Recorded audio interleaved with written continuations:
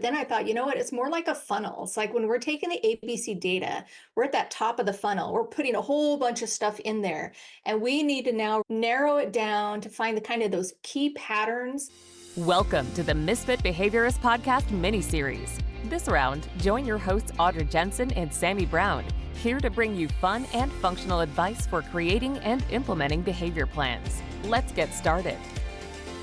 Hey everybody, welcome back to the Misfit Behaviors podcast, where we are going to continue today to talk about some of our favorite stuff in the FBA process, which is data collection. So today we want to kind of dive into a little bit more of what do you do when you have kind of all this anecdotal information, the observations are done, you've gathered some basic information from, the ABC stuff, which is more anecdotal, but you're sort of just gathering and looking into it. So now where do we go from there to really hone in on what the target behavior is going to be, both the target behavior we want to reduce or increase and the replacement behavior. So how do we really get specific about that? Because we don't want to just go in and, teacher says, I don't like this behavior, and we go and take some ABC and that's good enough. And then we create an FBA that's useless because it's not really honing into the specifics of how we can manipulate the environment and the situation to make meaningful change. And so I think that's where we fall a lot of times in some of our generic FBAs. In fact, I think I heard in I think it was our Misfit group, that somebody said, I hate doing an FBA, or FBAs are hard because I feel like I'm just putting down what I'm already doing. Well, then we've gone wrong with the FBA, because if we're just jotting down ideas of what we're already doing, then it's not serving the purpose we need it to, which is making meaningful change. And so this step in kind of tweaking the data more and really analyzing and honing in on where it's going wrong and exactly what's happening is really, really important. So in the time that you and I have done FBAs together, how have you found this step to be important in the process as we go forward? I think first off, what you had mentioned, what we see in, other groups and amongst other BCBAs being requested to do an FBA is kind of that social validity piece and making sure that we are identifying target behaviors that are socially significant for the learner and not for the teacher or for the parent or for the administrator or for the classroom. It's specific, that's going to enrich the life and the purpose for that learner. And then a lot of people think that the FBA is going to fix whatever it is. And so sometimes it really does come down to the data piece and analyzing and reworking everything that's been collected, like a culmination of all the information to determine what's warranted. And so what I really enjoy about this process is we're kind of now at this place where we've got a whole lot of information and we're sifting through that to make a bit more of a targeted approach. I think what you brought up right there as far as the sifting really made me think about either, sifting if you're baking, you're sifting things through. But then I thought, you know what, it's more like a funnel. It's like when we're taking the ABC data, we're at that top of the funnel, we're putting a whole bunch of stuff in there, and we need to now narrow it down to find the kind of those key patterns. And when we're looking at ABC data, we can see little pieces here and there. And so now we want to take those little pieces and we want to put them together, and we really want to track. And I think the really good part about this piece of it is, like when you're taking ABC data, it's hard to kind of chart it and graph it and see it visually. But if you figure out those little pieces, those patterns, and you put them into more specific data collection measure, and then you can see the patterns. You can start to create, whether it's a bar graph or a line graph or something, you can add an intervention and you can see if it's making change over time objectively, rather than just saying, I think it's getting better, or I don't think it's getting better, or this isn't helping. In my experience with some of the ABC collection, it does lead to a bit more of emotional language can be put into that, because people take that anecdotal piece a bit far and they're kind of giving you blocks of information. And so when you target a more specific and tailored data collection for the problem that you're identifying, you're basically sweeping all of that away and basically saying, no, I only want you to look at this. And we oftentimes, as BCBAs, will talk about like inter-observer agreement, this IOA, because we want, no matter who is collecting the data, that they are all seeing the exact same thing. And I think that's another piece of it, is that anytime now we're into this specific, we've now targeted a behavior, we know exactly kind of what we want to track and measure. Now is when you create those, what you're talking about, that kind of that objective way to measure. So whatever data collection measure you decide on in this step. You want to make sure that behavior is really defined. You don't want to just say, take behavior on all the behavior that's happening, or take behavior on tantrum. Well, how are you defining tantrum? When does it start? When does it end? What does it look like? Because if a student has one little scream because they didn't get the goldfish that they wanted, is that really a tantrum? Or is it when they didn't get it over here in, circle time, and they fell on the floor and they rolled around and they screamed and yelled and it took 15 minutes? Or how are you defining that? How are you going to measure that? Because then we're really going to be able to say, well, when this little thing this little blip happens over here with the goldfish, we're just going to move along because it's not a big deal. But this is the big one that we're really tracking. That's the big piece that we want to start. So I think when you're going to clear a path in a forest, you don't go through and start picking up the tiny little pebbles on the road right away. The first thing you're going to do is you're going to move the big stuff out of the way. As you're thinking about what behavior are we going to track and how are we going to measure it, defining it in such a way is going to be really important, because if you're going to create an FBA, you don't want to create an FBA for these tiny little pebbles that aren't meaningful in making the path. You may go back and decide, okay, we've removed all those big boulders out of the way. Now we're going to go back and we're going to move some of the bigger sticks. And once we get clear, we're going to start clearing the path, but piece by piece. So the very first thing is you're defining it is, what behavior are we going to track and really purposely target? And what are we just going to not worry about? There's so many different ways that people try to collect data as well. And I think that there's data that's intended for measuring behavior, and then there's data that's intended for affecting meaningful behavior change. The red, yellow, green interval data as one of the forms that we've used. We've done them in 30-minute intervals. We've done them in, class period, depending on if that's something that's more specific to that situation. But basically using this operationally defined, what are these red no-go behaviors? These are the behaviors that this learner engages in because it's specific, the data collection, to that learner. These are the behaviors that we're seeing them engage in that we absolutely do not want to see. And we keep them really bullet pointed. So hitting, self-injury, hitting themselves, biting someone, whatever's specific to that learner. And then those yellow behaviors, which is kind of the middle of the road, or the caution. And those are kind of important for me when I'm looking at like yellow specific behaviors, because there's one of two things that's going to happen.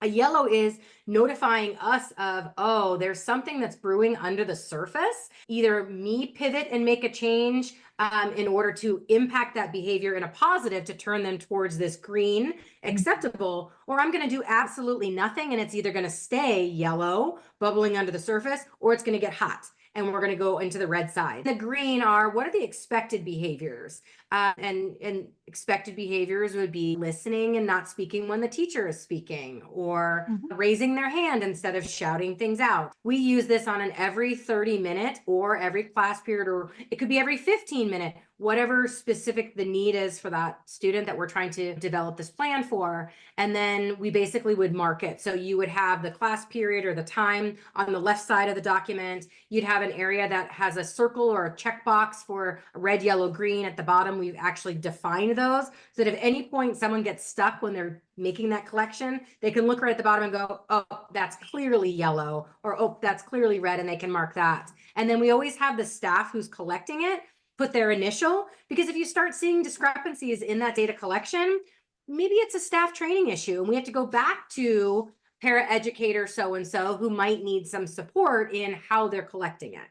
Yeah, and I like that. I'm going to put one of the examples that we've used before in the Facebook group. So if you're not part of the Facebook group, go find us there and join that, because that's where we put all these freebies. I think that's a really good one. That red, yellow, green system is a kind of a good overview, kind of a day over time. And some of the other ones you might consider is any sort of interval, and that is a form of interval recording, but we won't go into a lot of detail about different data collection measures here. I mean, it's just a silly little podcast, but one of the things is an interval recording where you're breaking down whatever time of day, whether you're breaking down an entire day or you're breaking down maybe a smaller piece of the day so you can really hone in and see in specifics. So you might break down your interval time period into 2 minutes or 30 seconds or half an hour. It kind of depends on whatever the baseline data, whatever you've taken already. And you're going to take data on if the behavior is occurring or not occurring, if it's happening the whole time in the interval, or if it's happening at the beginning and at the end. There's different ways that you can do this. And then with that very objective data, you can measure what percentage of time the behavior's occurring within those intervals. I was thinking to myself too, just kind of a silly remark about sometimes we obviously create these data forms and we'll have forms available, but we've been in instances where we're not working directly with a learner in that moment and don't have the access to it, or we want to be really discreet where we're not like, give me a second while I go ahead and mark down. But we've done things where you've had like a piece of duct tape on your pant leg and done a tally right there. And then you can pull that tape off and be able to set it aside so that you can count during that 30-minute, this was marked. You've moved like a Skittle from a left side of the pocket to the right side. And how many of those Skittles were in the right pocket? I was laughing because before the podcast, I pulled out kind of, this is a old school, but man, this is fun. I'm just going to open this because it's kind of like a box of goodies. But we had all of the golf timers. Do you remember these? Yeah. Oh, I love the golf timer. That's a mini one. If you're not watching on YouTube, these are great. And I'll put some of these links from Amazon for these, because this little timer, it's a counter, actually. It's not a timer. It's a little finger counter. It's a golf counter, but it goes on your finger like a ring, and it's so discreet and tiny. And we love these little ones because you're doing a quick frequency or rate account. That's really easy. Yep. And the Gym Boss. You remember the old school Gym Boss? It's like that brings back the 90s. Is that a timer? It is, but it'll actually vibrate to go off to remind you to mark something. And so that's excellent. Channeling the 90s, but of course we all have phones now, and they're really easy to do all that stuff on phones. I was digging that out and I found it and I thought it was fun. I think that finger counter was one of the best finds I ever made. That and the mini clipboards, not the full size clipboards, but the mini ones. They even have a hole in it. You can put one on your lanyard. They're that small. And that's a really quick and easy way to take data as well. So if we're talking about, interval, I think is the one we've used the most, different versions of interval recording, just because it's so easy to kind of set it up and then track it and then measure it. And that's really good for behaviors that are occurring at a high rate, or you're spread out over time. But if you're talking about time-based behaviors, so duration or latency, so say you're talking about the length of how long a tantrum or a meltdown is lasting, you want to track the time, how much time a student is able to spend on task. That's a good duration.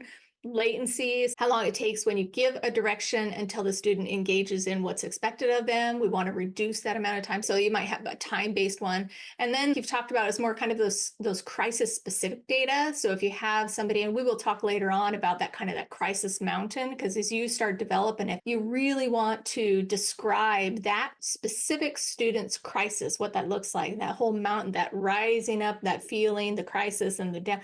So if you have something like that, a red, yellow, green, or something where you've really described what those pieces are, and then you're measuring what that student, how often, the frequency, the duration, the aftermath, what happens with that. And so there's different ways. We won't go into specifics here about all the different ways that you can take data. And many of you out there are BCBAs, so you know them well.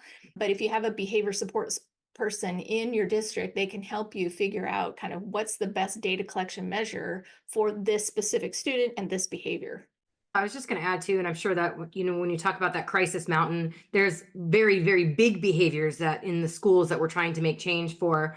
But, sometimes even that permanent product, the aftermath of a crisis, I've gone in and taken a picture of the classroom, so to speak. If the classroom has been turned upside down, if there are bite marks or something on another peer, because those permanent product data also creates kind of a bit of a visual image for the family. And you've already received consent, by this point, so the parents are aware that you're involved. And so this is all culmination of that process. But I just think that it's an important piece to not disregard that permanent product data as part of your record. And like we talked about, just always making sure that operation definition is clear. And we're going to talk about that a lot more next week, kind of making that clear operational definition, why that's important, how to do that. And then I think the last thing is just making sure the training is in place so that your teacher, whoever, your paras, whoever's actually taking that data, everybody's doing it the same. We just want to make sure that if I give you a data sheet, you know exactly how to use it, because if I give it over here to this para, I want to make sure you're both tracking the same thing. And do they have questions? I think just using kind of that BST model of making sure that you're teaching them how to do it, but then you're also modeling it, you're shadowing them doing it, so that they feel comfortable when you do send them into the classroom. You're not just handing them a data sheet. I think one of the biggest things that we did face as a challenge with even that interval data is missed and skipped interval. So why was it missed? What happened? Oh, there was a fire drill. I mean, all of that's data. It's important to know. But if you start looking at making a measure, and please don't follow my math here, but if you've got 10 intervals a day and you're one day doing 5, that's 50%, and the other day you're doing 7, and so you're at, a 70%, you're weighing it all across the board, and it's not a fair or a true measure when it comes to the data. So it really needs to be, if this is the data collection method that we're choosing to do, we're going to follow it through. And if there's issues with regards to that collection, then that's where we're going to come back and we're going to say, okay, is this the best method for us? Is 15 minutes too restrictive? Do we need to look at changing the interval of the time? I think the other thing we really saw, and this was a consistent problem over time, a difficulty in making sure that the people taking the data understand that you need to take it in the moment it's happening. And I know that's really hard. Some situations, obviously, it's not a perfect system anywhere, anytime, especially when a student's in crisis, but trying to go back and remember how things happened and if that was or wasn't a behavior. And especially with the red, yellow, green system, we saw a lot of times that staff would try to fill in the last 5 or 6 intervals that they missed or something. That's just really hard. And that's problem solving with your staff. Why is it happening? Do you need a specific time set aside whenever you're collecting it to mark it or whatever it is? You kind of have to problem solve that. That is definitely remind your staff that thinking back on stuff, how it happened, is not going to be accurate over time. It's just not. I just think that all of us as professionals thinking about the ethical component too is making sure that we're never changing data. It is what it is, and we don't need the data to prove the point.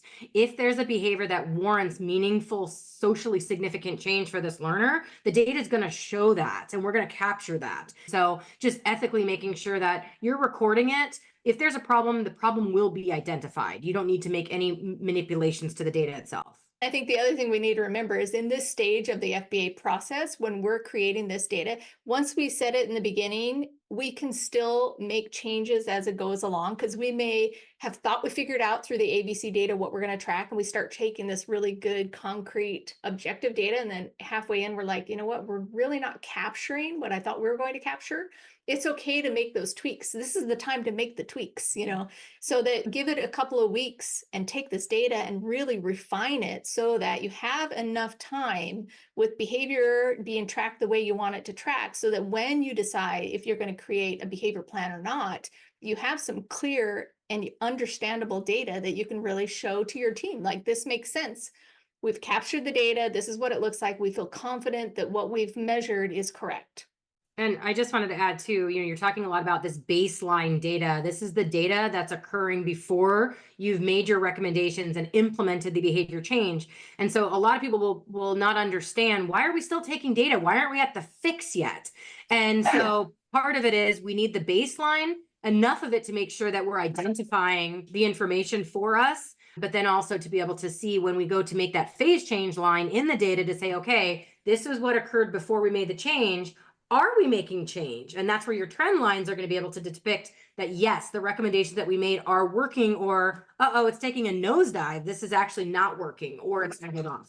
That's absolutely perfect. And that just leads us into the next thing is, once we've kind of tweaked it all, we have that baseline data that we can put into the official FBA. Then now it's time to create the summary statement, the moving forward and making decisions, all the hypothesis, all that stuff. And we are going to talk about that next time. So tune in next time. And if you have something going on, like if you're in the middle of creating an FBA right now, get into the Facebook group and ask some questions and see if we can all kind of help you navigate what can be. And it's the beginning of a school year. We do a lot more of these right now because all the behaviors are popping up. So we will see you next time. Thanks for listening to the Misfit Behaviorists, and be sure to tune in next week for more tips and tricks. Don't forget to subscribe so you don't miss an episode.